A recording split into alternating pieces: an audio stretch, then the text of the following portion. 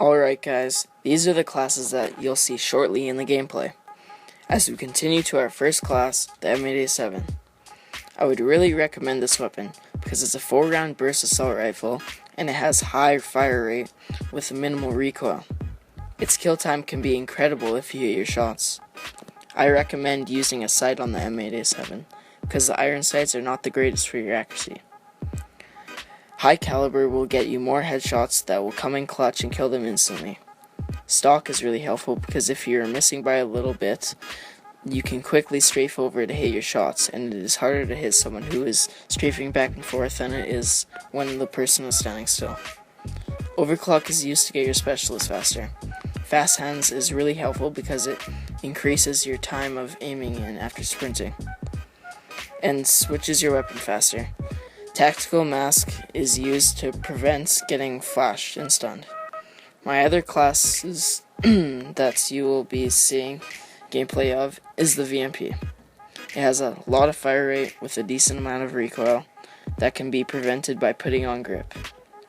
The VMP melts the opponent at close ranges and can be efficient at medium ranges if you hit your shots. I prefer quick draw on any sub because you want to be able to aim fast to win those close range gun battles. Rapid is used to make the kill time faster, and Fast Mags is used to make your reload time faster. All the perks are the same as I explained when I was talking about the M87 class. Find the control settings, you click the options button, and hit R1 until you're at options. Then click X to go to controls. If you have look inversion on inverted, the way you look around will be flipped to up is down and down is up. For your sensitivity, we would recommend at least from 4 to 7. Some people like high sensitivities or low sensitivities, but it's best to keep it in between. If you are struggling with your shot, lower your sensitivity. 80% of pro players turn off controller vibration because it could mess up your shot. Target and aim assistance are a must-need. Without it, your shot will be terrible, because when you go over an enemy, your turning slows down so you can focus on the target better. Next, we have button layout. Personally, I use this thing called claw, which is when you put your index finger on the X, circle, triangle, and square, so you can jump shot easier while aiming. The only one I would recommend is tactical, or else try and get better with claw using the default. If you want to learn more about claw and button layout, we will be explaining it in our next video. A lot of people flip their L2 and R2 to L1 and R1 because it is easier to use claw with it. It is more responsive than triggers. Don't change anything on stick layout because it takes a long time to get used to it, and I don't think any pro players use it. Now you should choose a playstyle that fits you. For example, sensitivity, or if you should rush or sit back a little bit. Don't always rush up into their faces, because you will get killed from the side if you don't take your time and check your corners. But it's also bad not to move at all, because you will not get that much accomplished, because you will not be getting in any action.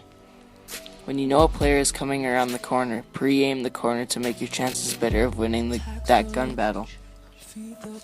One of the most important things to do is to look at your minimap at all times. You would think you do that, but try to check it more. Because sometimes you can check it and not do it for like 2 minutes. That can really mess you up a lot of the time. If you see your teammate watching one side, you can turn around and always look the other way. When you play, you can be on one side of the map and your team is on the other. The enemies will spawn beside you most of the time. When you look at your mini-map and you see that your teammates are spawning on one side of the map, you should know where the opponents are coming from. You should always play with the volume. Preferably, use a headset because you can hear your surroundings and where people are coming from.